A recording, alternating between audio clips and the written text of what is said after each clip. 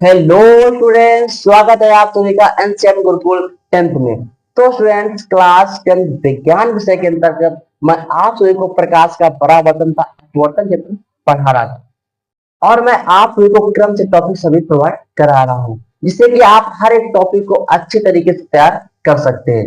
मेरे वीडियो ज्यादा लॉन्ग नहीं होते, 10 से 15 मिनट के ही होते हैं, जिससे कि आप हर एक टॉपिक को इजीली समझ सकते हैं। तो पिछले लेक्चर में हमने पढ़ लिया था अपवर्तनांक, और आज के इस वीडियो में हम पढ़ेंगे दर्पण। दर्पण के प्रकार।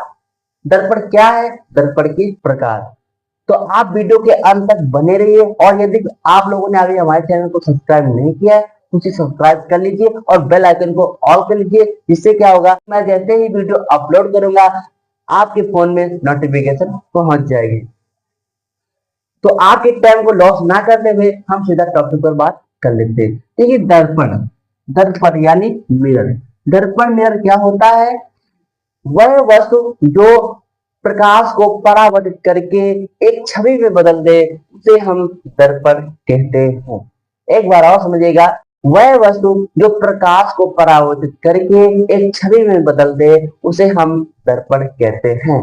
ठीक है। और दर्पण आपके तीन प्रकार के होते हैं।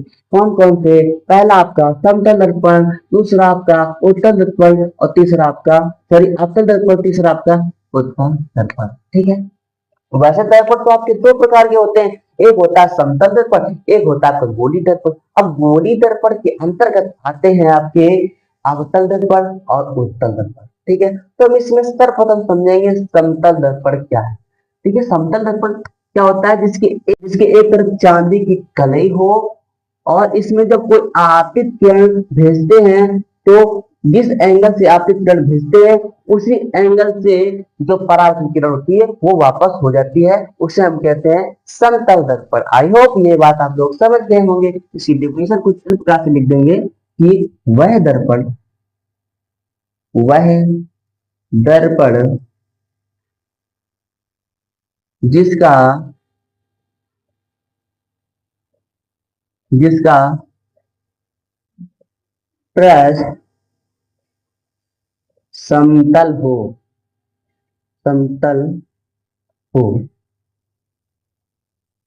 ठीक है। उसे हम क्या कहेंगे? समतल दर्पण कहेंगे। या इसकी डिफिनेशन और भी इस प्रकार से लिख सकते हैं कि जो आपतित किरण है जिस कोण से उसमें प्रवेश करती है, परावर्तित किरण उसी कोण से वापस लौट आती है। आई होप ये बात आप लोग समझ गए होंगे। अब हम पढ़ते हैं अवतल दर्पण। अवतल दर्पण क्या होता है? एक गोलीय दर्पण होता है। देखिएगा, इसको समझिएगा। जैसे कि मेरे पास एक कोई गोला है, इसके हम सेंटर पे इसके सेंटर से हम इसको जब कट करते हैं तो कुछ इस प्रकार से हमारा बन जाता है। ठीक है। और इसके बाहरी सतह पर, ये हमारा बाहरी सतह है, इसके बाहरी सतह पर हम कलई कर देते हैं तो कुछ इस प्रकार से दिखने लगेगा। ठीक है। एक तरफ इसको काट लेते हैं, इसके बाहरी सतह पर हम पेंट कर देते हैं तो इस प्रकार से हमको दिखने लगा। यही तुम्हारा क्या है? अवतल दर्पण है।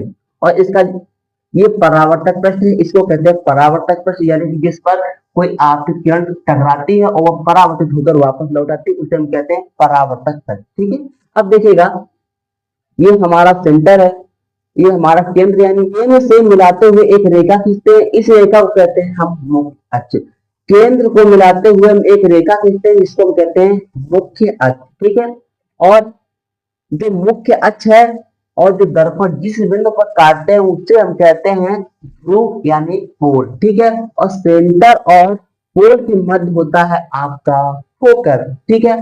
अब इसमें जब कोई हम आपतित किरण इस प्रकार से इसके परावर्तक प्रश्न पर आपतित करेंगे तो वो इस प्रकार से परावर्तित हो जाएगी। आई होप ये बात हम लोग समझ गए होंगे। अब इसकी डिफिनेशन क्या लिखेंगे? इस प्रकार से लिख लेंगे कि वह दर्पण वह दर्पण दर्पण जिसका जिसका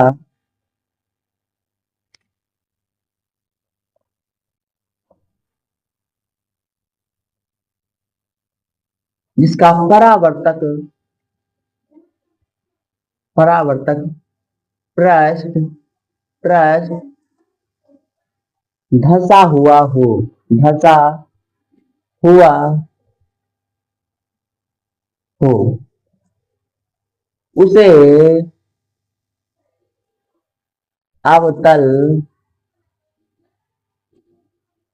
दर्पण कहते हैं, कहते हैं।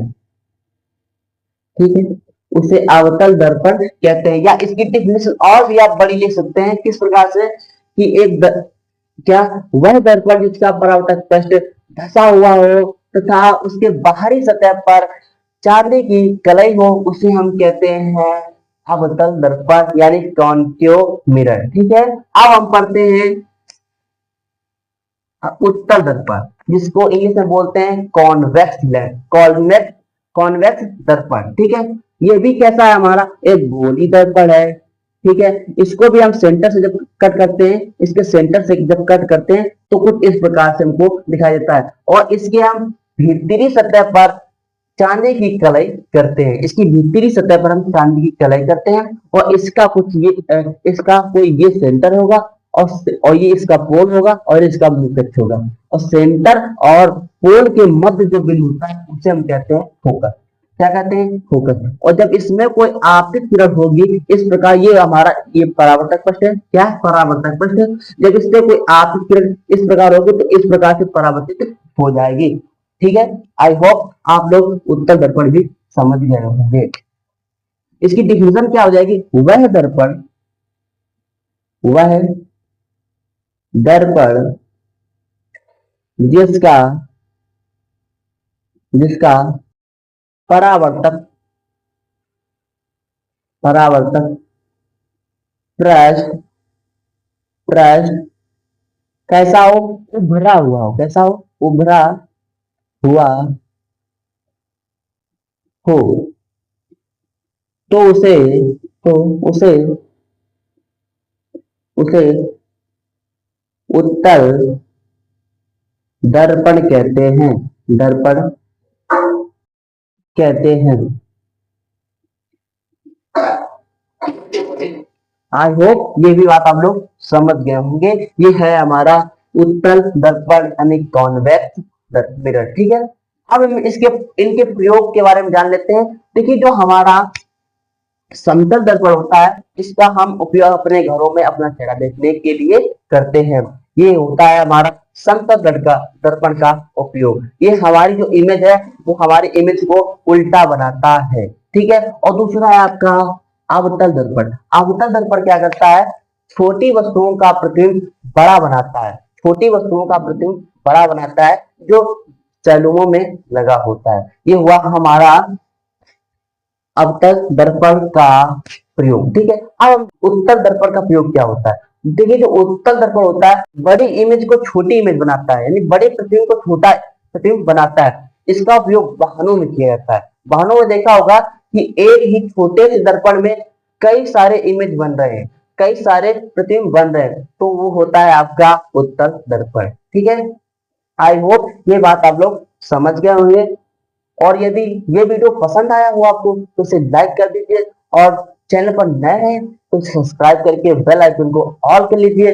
मिलते हैं अगले नेक्स्ट वीडियो में, तब तक के लिए जय हिंद, वंदे मातरम।